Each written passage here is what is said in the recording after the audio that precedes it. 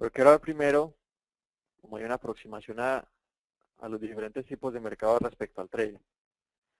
Todas las personas, como lo vi ahora, cuando les pedí que me pusieran el número 1, número 2 y habían hecho Forex antes, la mayoría de ustedes, según lo que veo, empezaron haciendo trading con Forex. Y ese es el caso para todos, es el caso general. La mayoría de las personas inician su trading o su primera aproximación al trading es a través del Forex, y es porque supuestamente es muy fácil de aprender. Sin embargo, el Forex tiene un problema muy grande, y es que hay muchísima manipulación. Y les voy a decir por qué hay tanta manipulación. El Forex es el mercado de intercambio de divisas. Las divisas son aquellas monedas que son aceptadas mundialmente como activos de reserva. Activos de reserva. ¿Cómo así activos de reserva? Sí. Es dinero que es aceptado en todas partes del mundo. Las divisas o activos de reserva son, por ejemplo, el dólar, el euro, la libra esterlina, el franco suizo o el yen japonés, las coronas suecas. Entonces, en el mercado de Forex existe un intercambio de estas divisas. El problema es cuando en este mercado intervienen las grandes instituciones, y cuando hablo de grandes instituciones hablo de bancos, fondos de pensiones y gobiernos. Ellos son quienes mueven el mercado, ellos son los que se encargan de hacer la mayor cantidad de intercambios. Digamos, si un banco en Alemania quiere hacer una transferencia de fondos a un banco en Estados Unidos, digamos el Deutsche Bank, el Bank of America en Estados Unidos, pues el Deutsche Bank no le puede entregar euros al Bank of America, le tiene que entregar dólares. Entonces, para hacer ese intercambio tiene que ir al Forex, al mercado de divisas, al Forex, y hacer ese intercambio. Y los intercambios que hacen estas instituciones no son pequeños, son de muchos millones de dólares. Entonces, y esas transacciones son constantes, se hacen todo el día durante varias instituciones. Entonces, cada vez que hacen estos intercambios de divisas, ellos mueven el mercado. Entonces, cuando una persona inicia en el Forex con una cuenta pequeña, con $200, 300, $500, pues realmente será irrisoria lo que ellos podrán hacer frente al volumen de dinero digamos que se intercambia en este mercado Forex. Entonces, cada vez que una de estas instituciones intercambia grandes cantidades de dinero, pues mueve el precio. Entonces, el trader de Forex fácilmente cae en estas manipulaciones que se dan por esos intercambios. Entonces es muy complejo, digamos, por no decirlo imposible, operar allí por la gran manipulación que existe, porque realmente el retail trader como nosotros, que no tenemos cuentas tan grandes, no podemos hacer nada contra esta gran ola que manejan las grandes instituciones en estos mercados. Las opciones, por otro lado, dentro de su fundamentación teórica, son muy complejas. Es muy compleja la fundamentación teórica de las opciones. Entonces, si tú no entiendes en lo que estás invirtiendo, pues va a ser muy difícil para ti hacer el trading. Además de que es un mercado también con muchísima manipulación, porque en él también participan grandes instituciones. Las acciones, por otro lado, son más fáciles porque hay más información respecto a ellas. Todo el tiempo se publican noticias de empresas. Por el caso Volkswagen, cuando salió esa noticia, pues inmediatamente se vio reflejado en el precio. Aunque hay más información y es más fácil, digamos, analizarlo porque hay más divulgación y es más fácil accesar a cómo se están variando los precios de estos activos a través de internet o a través de diferentes plataformas de trading. También es un mercado muy manipulado porque allí participan los grandes hedge funds del mundo, allí crean los portafolios, o cuando hay transacciones de insiders de compañías, digamos, miembros o dueños de empresas que deciden hacer una venta masiva de acciones. Todo esto influye en los precios. Todo esto influye en los precios, entonces también es, digamos, más difícil operar esta clase de mercado. Lo digo por experiencia propia. No es imposible, pero es bastante complejo. En el caso de los E-minis, que es como el core del Day Trading Academy, Aquí enseñamos a hacer trading con futuros de contratos minis del S&P 500. Es más fácil de aprender. Por el método que usamos, al leer volumen del mercado, nosotros no leemos tiempo, como se hace con velas, sino que leemos volumen. Es más fácil de aprender. Y es un mercado que no es tan manipulado. No es tan manipulado por la gran cantidad de participación que hay allí. Es un mercado muy, muy líquido. Es uno de los mercados más líquidos del mundo, el mercado de futuros, en particular el mercado del E-mini. Personas de todo el mundo durante las 3 primeras horas del día están participando allí, intercambiando dinero constantemente.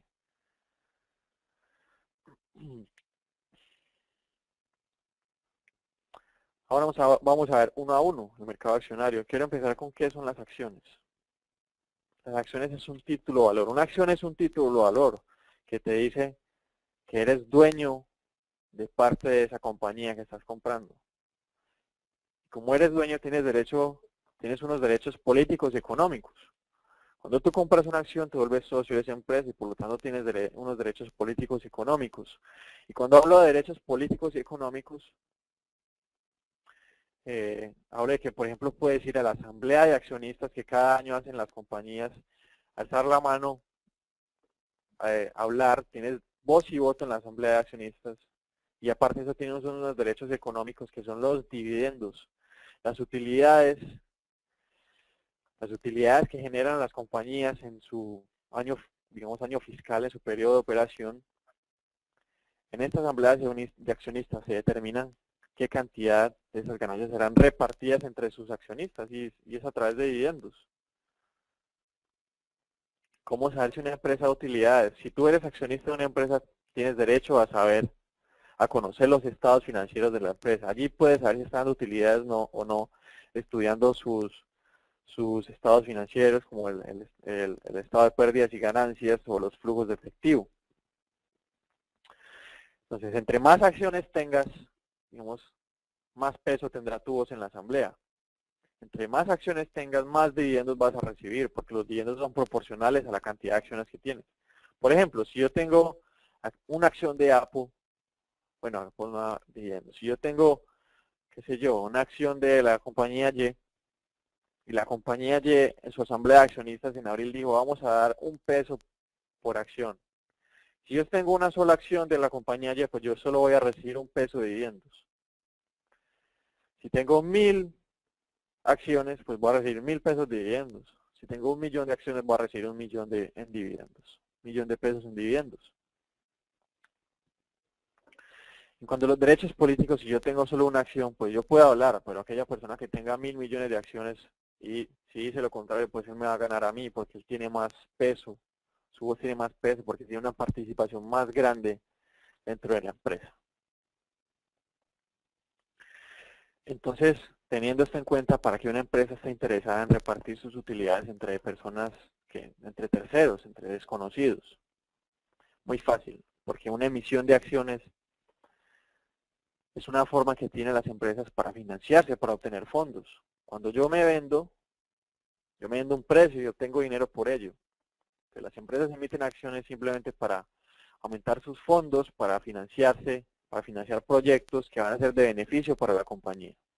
Y lo hacen porque probablemente están muy caras las tasas de interés o porque es una compañía que tiene mucha credibilidad, entonces va a ser más fácil para ellos vender sus acciones.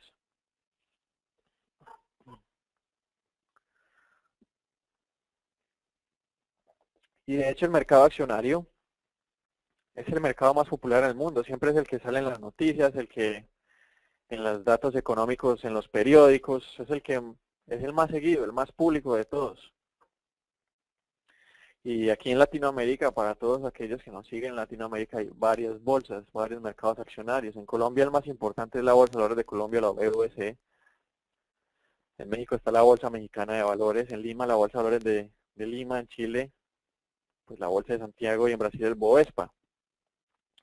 ¿Quién no ha escuchado estos mercados? Son los más populares y es porque están en constante divulgación. Dentro de estas bolsas existen una referencia, hay un benchmark, y estos son los índices. Todos han escuchado del Dow Jones o del Standard & Poor's, del Nasdaq, del Bovespa, del IPSA de Chile, del Merval. Todos estos son índices importantes, pero ¿qué es un índice? Un índice es una canasta de acciones. Un índice está conformado por un grupo de acciones, puede ser de diferentes sectores. Hay índices energéticos, índices de empresas financieras o de tecnológicas como el Nasdaq. Hay índices que están creados de acuerdo a la importancia de las compañías que lo conforman, o de su market cap, de su tamaño, de su valor en bolsa. Por ejemplo, el Standard & Poor's 500 es uno de los índices más importantes en los Estados Unidos y se compone por las 500 compañías más grandes, compañías públicas. Cuando hablo de públicas no es que son del gobierno, sino que están listadas en el mercado. El Nasdaq son solo compañías o que se refieren a nuevas tecnologías o de tecnología, por ejemplo, Apple, Amazon, Google, Cisco Systems, qué sé yo, eBay. Son compañías cuyo negocio está en Internet o desarrollando nuevos productos y servicios. El Dow Jones, que está compuesto por las 30 empresas más importantes en Estados Unidos. Entonces allí, por ejemplo, está Coca-Cola, que es una de las empresas más importantes en el mundo. En Colombia está el Colcap, en Chile el IPSA, el Índice General de la Bolsa de Lima para Perú. Y está, bueno, hay uno que se está creando que es el MILA, que es la integración de varios mercados latinoamericanos. De hecho, MILA traduce Mercado Integrado Latinoamericano, que es la unión de la bolsa de Perú, Chile, Colombia y México.